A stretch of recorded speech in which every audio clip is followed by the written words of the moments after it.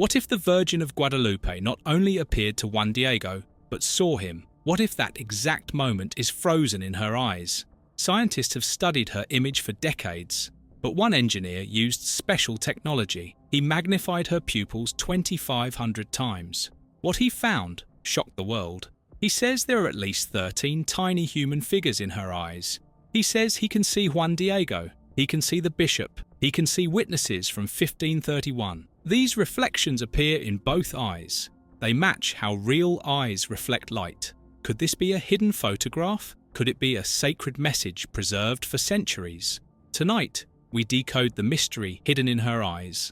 The story begins in 1531. A poor man walked up a hill near Mexico City. His name was Juan Diego. He was an Aztec convert to Christianity. That morning, he heard beautiful music. He saw a vision. A woman appeared to him. She glowed with light. The woman spoke to him in his own language. She said she was the Virgin Mary. She asked him to build a church on that hill. Juan Diego was scared. He was amazed. But he went to tell the bishop. The bishop didn't believe him. Therefore, the Virgin appeared to Juan Diego again. She told him to gather roses from the hilltop. This was December. Roses don't grow in December in Mexico. But when Juan climbed the hill, he found roses blooming. He gathered them in his tilma. A tilma is a simple cloak made from cactus fiber. Juan Diego took the roses to the bishop. When he opened his tilma, the roses fell out. But something else appeared. On the inside of the tilma was an image. It was the Virgin Mary herself. Her image had appeared on the rough cloth. The bishop fell to his knees. He believed. That tilma still exists today. It hangs in the Basilica of Our Lady of Guadalupe in Mexico City. Millions of people visit it every year. It's one of the most famous religious images in the world. But it's also one of the most mysterious. The tilma should have fallen apart long ago. Cactus fiber normally lasts only 20 years. But this tilma has lasted almost 500 years. The colours haven't faded. The image hasn't cracked. Scientists can't fully explain why. But that's not the biggest mystery. The biggest mystery is in her eyes. Look closely at the Virgin's face. Her eyes seem alive. They seem to see you. Many people who look at the image say this. They say her gaze is powerful. They say it feels real. Therefore, people began to study her eyes. In 1929, a photographer named Alfonso Marquez was taking pictures of the tilma. He looked closely at the photographs. In her right eye, he saw something strange. There appeared to be a bearded man reflected in her pupil. How could this be? The image was made in 1531. Cameras didn't exist then. How could there be a reflection in a painting? This discovery was shocking. Artists can paint eyes, but they can't paint realistic reflections. Human eyes are curved. They reflect light in complex ways. A painter in 1531 wouldn't have known how to create such detail. The technology to see it didn't exist. Therefore, if reflections were there, how did they get there? More researchers became interested. In the 1950s, doctors began to examine the eyes. Dr. Javier Torruella Bueno used special equipment. He looked at the eyes with an ophthalmoscope. This is a tool doctors use to examine living eyes.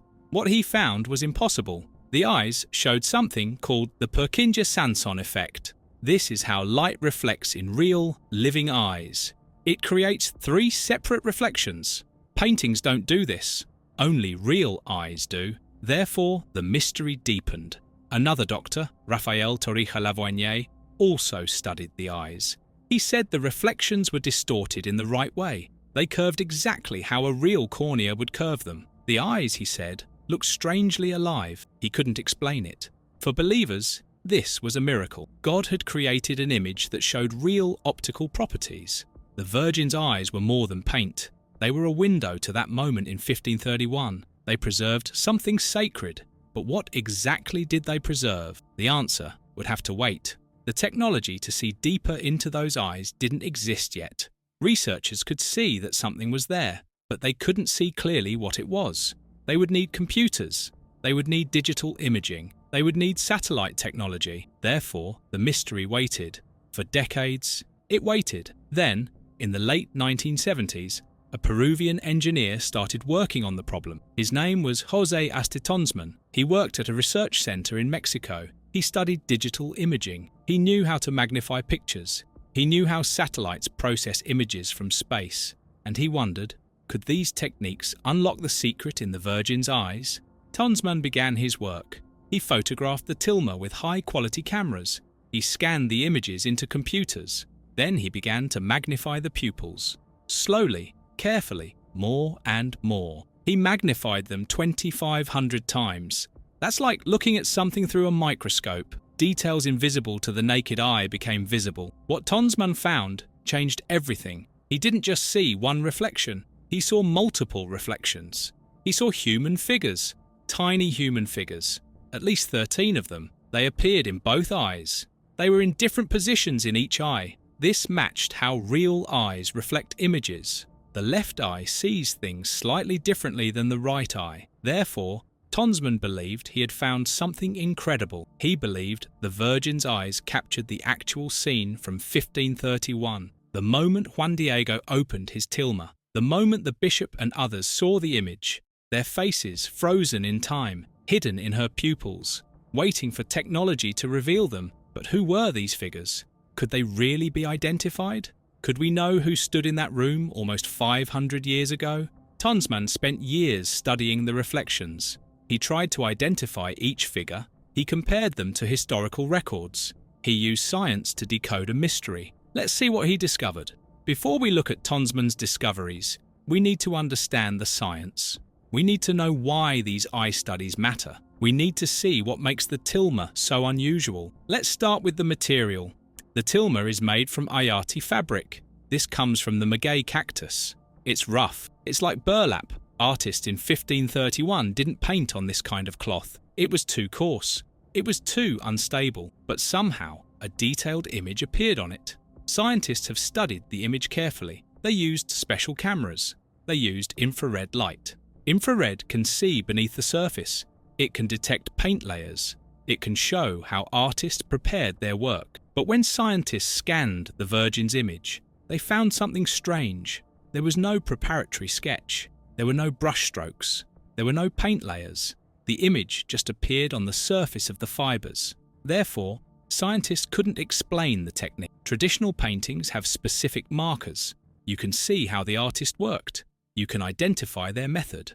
But the tilma showed none of these markers.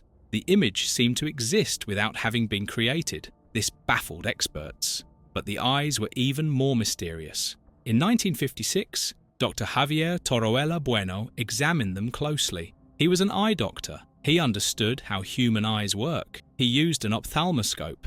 This tool shines light into eyes. It lets doctors see the retina and cornea. When he pointed it at the Virgin's painted eyes, something amazing happened. The eyes showed the Purkinje-Sanson effect. This is a very specific thing. When light hits a real eye, it creates 3 reflections. One from the outer cornea, one from the inner cornea, one from the lens. These reflections appear in exact positions. They're predictable. Every living eye shows them, but paintings shouldn't. Paintings are flat. They don't have the complex structure of real eyes. Therefore, Dr. Torroella was shocked. These weren't living eyes. They were an image on cloth, but they behaved like living eyes. The reflections appeared exactly where they should. This should be impossible. An artist in 1531 wouldn't have known about this effect. The science wasn't discovered until much later, yet somehow the Virgin's eyes contained it. Dr. Raphael Torija Lavoignet also studied the eyes. He focused on the corneal curvature. Human eyes are curved. This curve distorts whatever they reflect. If you look closely at a real eye, reflections look slightly warped. They bend around the curved surface. This distortion follows specific mathematical rules. Scientists can predict exactly how images will curve. Dr. Torija measured the distortion in the Virgin's eyes.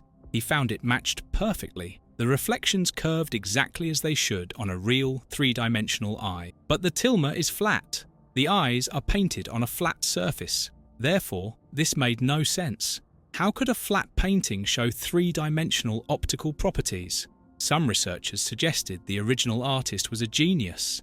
Maybe someone understood optics better than anyone knew. Maybe they calculated the exact curvature. Maybe they painted reflections that would look real, but this seems unlikely. The mathematics required are complex. The precision needed is extreme. And remember, no one could see these details until modern cameras existed. Why would an artist paint something no one could see? Therefore, the mystery remained. The eyes seemed real in ways paintings shouldn't be real. But what exactly were they reflecting? This is where José Aste Tonsmann's work became crucial. He had the technology to look deeper. He had the tools to magnify the pupils beyond what anyone had done before. Tonsmann studied environmental systems engineering at Cornell University. He understood image processing. He knew how satellites clean up blurry pictures. Satellites take photos from space. These photos are often fuzzy, but computers can sharpen them. They can filter out noise. They can reveal details that seem invisible. Tonsmann thought, what if I treat the Virgin's eyes like a satellite image? What if I use the same techniques? Therefore, he began his research. He joined the Mexican Center of Guadalupe Studies. This is a group of scientists and scholars who study the tilma. They gave him access to high-quality photographs. They supported his work. He spent over 20 years on this project. 20 years of careful analysis. 20 years of mathematical calculations. 20 years of magnification and filtering. This wasn't quick work. This wasn't simple work. Therefore, when he announced his findings, people paid attention. He had earned credibility through dedication. His method was systematic. First, he photographed the eyes at the highest resolution possible. Then, he digitized these photos. He loaded them into specialized computer programs. These programs could magnify small sections. They could enhance contrast. They could isolate specific areas. Step by step, he zoomed into the pupils. He magnified them 2,500 times. That's enormous magnification. At that level, individual threads of the fabric become visible. What he saw amazed him. The pupils weren't empty black circles. They contained shapes. These shapes looked like human figures. They were tiny. They were faint, but they were there. And they appeared in both eyes. The same scene, viewed from slightly different angles. Just like how two real eyes see the same thing differently. Therefore, Tonsmann concluded he was seeing reflections. Real reflections of real people. People who stood before the tilma in 1531. Their images captured in the Virgin's eyes. A miracle? A mystery? A photographic record before photography existed. He believed he had found proof. But proof of what, exactly? Let's see what these figures might be. Tonsmann's work was revolutionary. He brought satellite technology to religious studies. He brought computer analysis to faith. This combination created something new. It let him see what no one had seen before. But his work also raised questions. How reliable were his findings? How much was real and how much was interpretation? Let's understand his method clearly. Tonsmann started with photographs. These weren't ordinary photos. They were taken with special cameras. High resolution, high quality. The cameras could capture tiny details. They could record information that human eyes couldn't process. This was essential. Without good source images, magnification reveals nothing. He focused on the iris and pupil of each eye. These are the areas where reflections appear. In a living eye, the pupil is the dark center. The iris is the colored ring around it. When light hits the eye, images reflect off the curved cornea. These reflections appear in and around the pupil. Therefore, this was where Tonsmann looked. This was where he expected to find hidden images. He used mathematical techniques to enhance the photos. He adjusted contrast. He sharpened edges. He filtered out random noise. These techniques come from space imaging. When satellites photograph Earth, the images are often blurry. Atmosphere distorts them. Distance reduces clarity. But computers can reverse these effects. They can reconstruct what the original scene probably looked like. Tonsmann applied the same logic to the Virgin's eyes. He assumed that if reflections existed, they would be distorted. The rough fabric would blur them. Time would fade them. Dust and damage would obscure them. Therefore, he needed to reverse these effects. He needed to clean up the image digitally. This process took thousands of hours. He magnified small sections. He analyzed them. He compared left eye to right eye. He looked for patterns. He looked for consistency. If he saw something in the right eye, did it also appear in the left eye? If so, where? At what angle? In what position? Real reflections follow rules.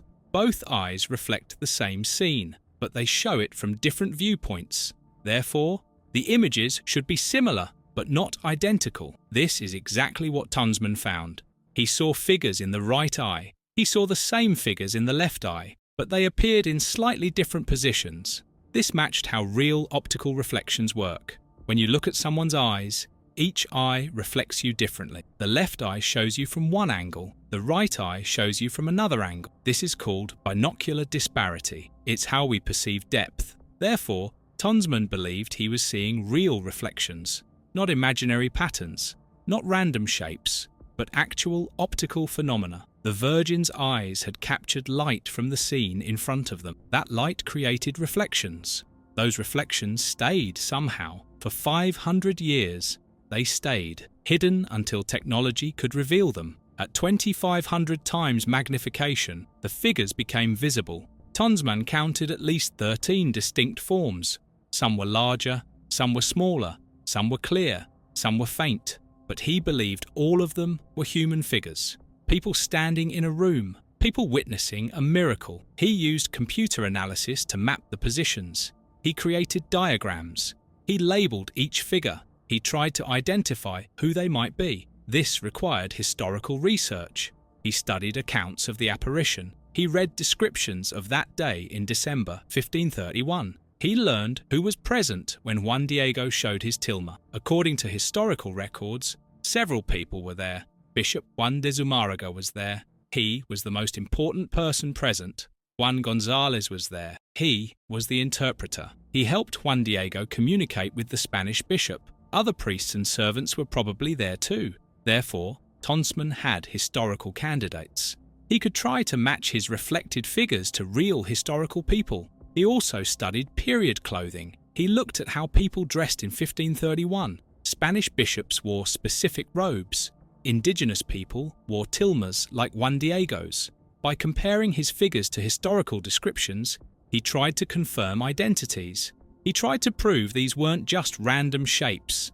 They were specific people from a specific moment. But this is where his work became controversial. Identifying tiny, magnified shapes is difficult. The human brain looks for patterns. We see faces in clouds. We see shapes in static. This is called pareidolia. It's a natural tendency. Therefore, critics asked, was Tunzman seeing real figures, or was he seeing patterns that his brain interpreted as figures? This question is important. It's the difference between science and wishful thinking. It's the difference between discovery and illusion. Therefore, we need to examine his specific findings.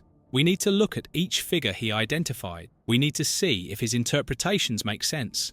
Let's go through the reflected witnesses one by one. But before we do, consider this.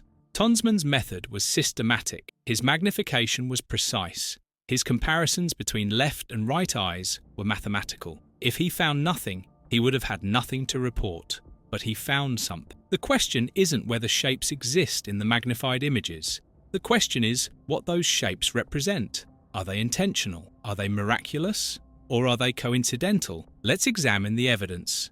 Tunzman identified specific figures. He gave them names. He suggested their identities. Let's look at what he found. Let's see if his interpretations make sense. Let's examine each reflected witness. The scene he described matches a historical moment. December 9th, 1531. Juan Diego stands before Bishop Zumárraga. He opens his tilma. Roses fall out. But more importantly, the image of the Virgin appears. People in the room gasp. They stare. They can't believe what they're seeing. This is the moment frozen in time. This is what the Virgin's eyes captured. Also, Tunzman believes, in the center of both pupils, he sees a seated figure. This figure is looking upward. The person appears to be indigenous. They're wearing simple clothing. Tunzman believes this is Juan Diego himself. This makes sense historically. Juan Diego would be standing directly in front of the Virgin's image. Therefore, his reflection would appear in the center of her eyes. He would be the most prominent figure. But there's something touching about this. If this really is Juan Diego, then the Virgin is looking directly at him. Her gaze meets his gaze. In that moment, the poor man and the Holy Mother see each other. This connection is preserved forever. It's a message of love and dignity. The Virgin doesn't look past Juan Diego. She looks at him. Therefore, his face appears in her eyes. To the side, Tonsman sees an elderly man. This man has a white beard. He appears to be balding. He's wearing robes. Tonsman believes this is Bishop Juan de Zumárraga. The bishop was about 60 years old in 1531. Descriptions say he had a beard. He would have been wearing his religious vestments. Therefore, this identification seems reasonable. The bishop would have been standing near Juan Diego. He would have been looking at the tilma. His reflection would appear to the side of the Virgin's gaze. Another figure appears nearby. This one is younger. He doesn't have a beard. He appears to be gesturing. Tonsman identifies him as Juan González. González was the interpreter. He helped Juan Diego speak to the bishop. González would have been standing between them. He would have been actively involved in the conversation. Therefore, a gesture makes sense. He might have been pointing at the image. He might have been explaining something. But the most mysterious figures are in the very center of the pupil. Tonsman sees what he calls a family group. There's a woman. She appears to be carrying a child on her back. This was a common practice in indigenous culture. Women carried babies in shawls tied around their shoulders. Near this woman are other children, small figures, possibly a family unit. This family group puzzles researchers. Who are they? Why would they be reflected so prominently? Some people at the bishop's residence that day might have been servants. They might have brought their families. Or this could be symbolic. Tonsman himself suggested the family might represent a message. The Virgin came to protect families. She came to unite people. Therefore, placing a family in the center of her gaze might be intentional. It might be theological, not just optical. Behind these central figures, Tonsman sees others. He counts at least 13 people total. Some are clear, some are very faint. Some appear to be Spanish. Some appear to be indigenous. This matches what we know about that day. The bishop's household would have included both Spanish priests and indigenous converts. Therefore, seeing both groups in the reflection makes historical sense. The arrangement of figures is important. They don't appear randomly. They appear in positions that match real spatial relationships. If someone stands to the right in the right eye, they appear slightly differently in the left eye. This is how real reflections work. Therefore, Tonsman argued, these can't be accidental patterns. They follow optical laws. But here's where interpretation becomes tricky. The figures are tiny. Even at 2,500 times magnification, they're unclear. You need to look carefully. You need to use your imagination a bit. Therefore, different people might see different things. One person might see a clear face. Another might see only blurred shapes. This subjectivity is a problem for scientific claims. Tonsman was aware of this problem. He tried to be systematic. He compared measurements. He used computer analysis to confirm positions. He didn't just look and guess. He calculated. But even with calculations, interpretation requires judgment. Where does one figure end and another begin? Is that shadow a person or just dark fabric? These questions don't have absolute answers. Therefore, believers see confirmation of a miracle. The Virgin's eyes really did capture that moment. Technology revealed what faith always knew. God preserved this scene as proof, as a gift to future generations, as evidence that the apparition was real. But skeptics see something else. They see an engineer finding patterns. They see confirmation bias. They see someone seeing what they want to see. Both perspectives have merit. The reflected shapes exist. Something appears in those magnified pupils. But what those shapes mean is open to interpretation. Are they intentional? Are they miraculous? Or are they natural imperfections in ancient fabric? These questions matter.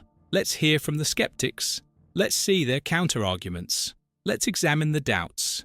Science requires skepticism. Science demands proof. And when Tonsman presented his findings, not everyone believed. Many scientists questioned his methods. Many questioned his conclusions. Let's understand their concerns. Let's see why doubt exists. The first concern is pareidolia. This is a powerful psychological effect. Humans are wired to see faces. We see them in clouds. We see them in rock formations. We see them in burnt toast.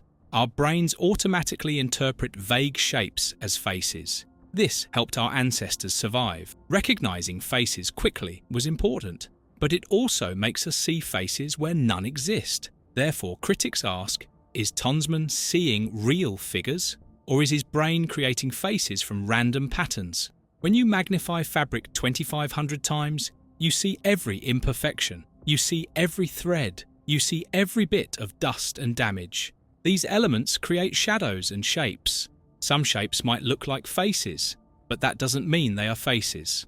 The Magis Center studied Tonsman's work. This is a Catholic organization. They're sympathetic to miracles, but even they urged caution. They said the optical properties are interesting. The Purkinje-Sanson effect is real, but identifying specific people in the reflections might be going too far. They warned against confirmation bias.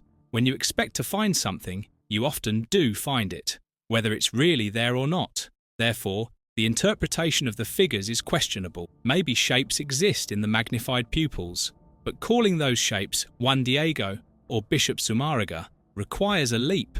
It requires seeing what you expect to see. Without independent verification, we can't be sure. We're trusting one person's interpretation of extremely unclear images. Another concern is image quality. Tonsman worked from photographs. Photographs have limitations.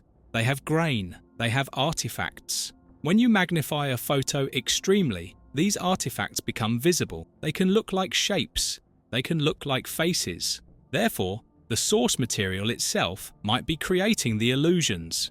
Not the tilma, not the Virgin's eyes, but the photographic process. Digital enhancement adds another layer of uncertainty. When computers sharpen images, they make guesses. They use algorithms to fill in details. These algorithms can create false information. They can make things appear that weren't originally there. Therefore, enhanced images aren't the same as original images. They're interpretations, and interpretations can be wrong. Some scientists question whether any reflections exist at all. They suggest the Purkinje-Sanson effect might be coincidental. The artist might have painted light spots in the eyes.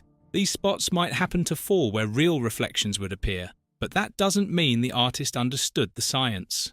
It might just be artistic intuition or luck. The tilma's preservation is also debated. Yes, it has lasted longer than expected, but is this miraculous? Some argue that the environment helped. The basilica protects the image. Climate control prevents decay. Glass shields it from damage. Therefore, the survival might be natural, not supernatural. Other ancient fabrics have survived in the right conditions. The pigment analysis raises questions too.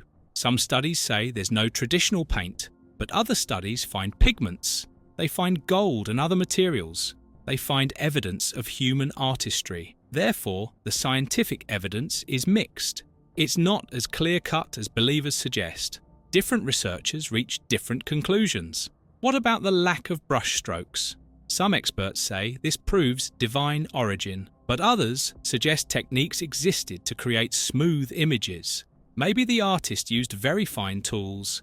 Maybe they used techniques we've lost. Medieval and Renaissance artists had incredible skill. They could create effects we can barely understand. Therefore, the absence of visible brushstrokes doesn't necessarily mean divine creation. The historical record also has gaps. We don't have original eyewitness accounts written immediately. The earliest written sources date from decades after the event. Therefore, some details might have changed.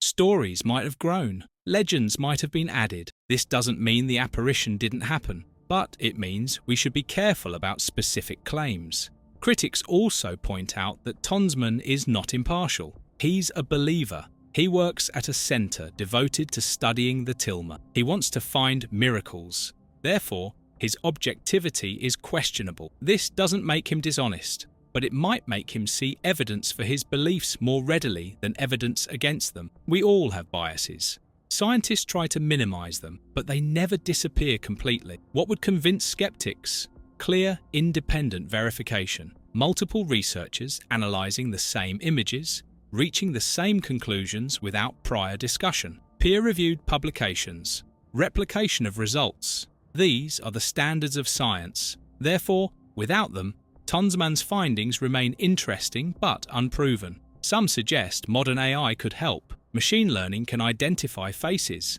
It can analyze images without human bias. If AI found the same figures Tunzman found, that would be strong evidence. But AI needs to be trained carefully. It needs to avoid being biased by human expectations. Therefore, this research hasn't been done yet, or if it has, the results haven't been published. The debate remains open. Evidence exists on both sides. Believers have their arguments, skeptics have theirs.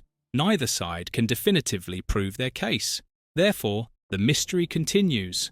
But whether or not the reflections are real, the tilma itself remains extraordinary. Let's consider what all this means.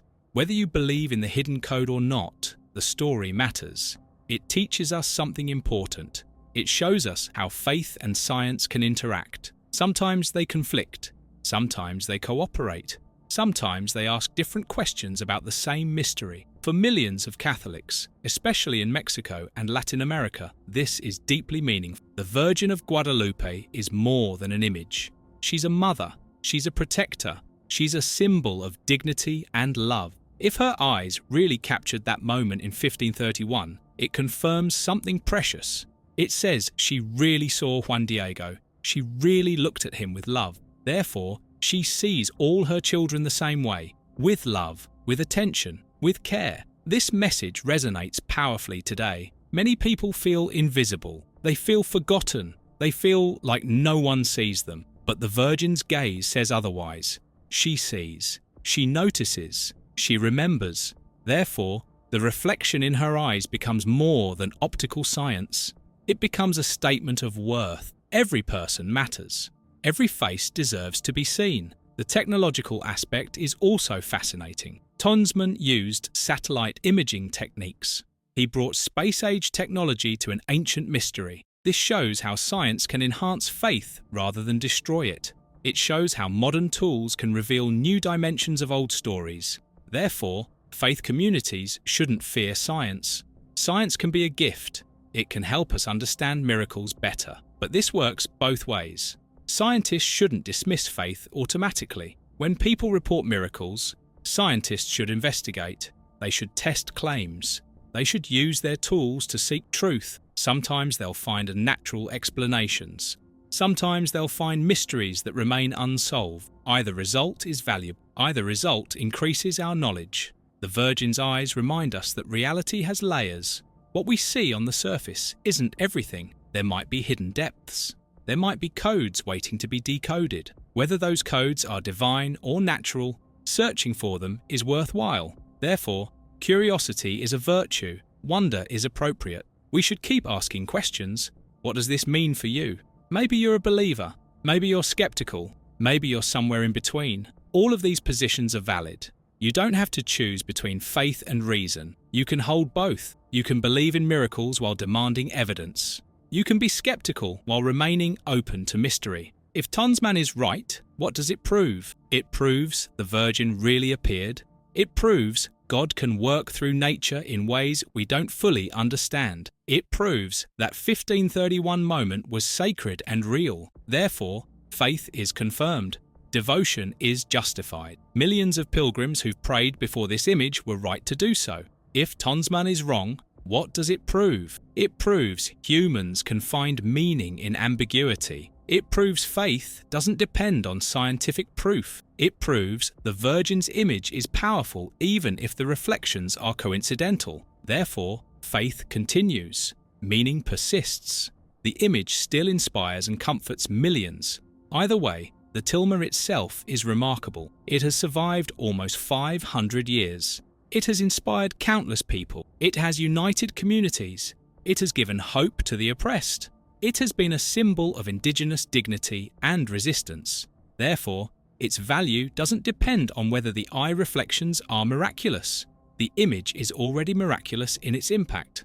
What should researchers do next? They should keep studying. They should use new technology, better cameras, better computers, better analysis tools. Maybe AI can help. Maybe new imaging techniques will reveal more. Or maybe they'll show the reflections are natural. Either way, we learn. Either way, we grow. The tilma should be preserved carefully. It's a treasure for Mexico and the world. Whether it's a divine miracle or an artistic masterpiece, It deserves protection. Digital scans should be made. The image should be documented with the best technology available. Future generations should be able to study it. Therefore, preservation is crucial. What can individuals do? Visit the basilica if you can. See the image in person. Look into the Virgin's eyes. See what you see. Read about the research. Both believers' research and skeptics' research. Form your own opinion. Think critically. Feel deeply. Both reason and emotion have their place. Remember Juan Diego, a poor man, a humble man, but the Virgin saw him. She appeared to him. She gave him a mission. Therefore, no one is too small to matter. No one is too poor to be important. Everyone has dignity. Everyone deserves respect. This is the true message. Whether the eyes contain hidden codes or not, they see us all. The Virgin's gaze crosses centuries. It crosses cultures. It crosses the divide between faith and science. It invites us to look deeper, to see more, to wonder. Therefore, the mystery continues. And maybe that's exactly how it should be. What do you see in her eyes?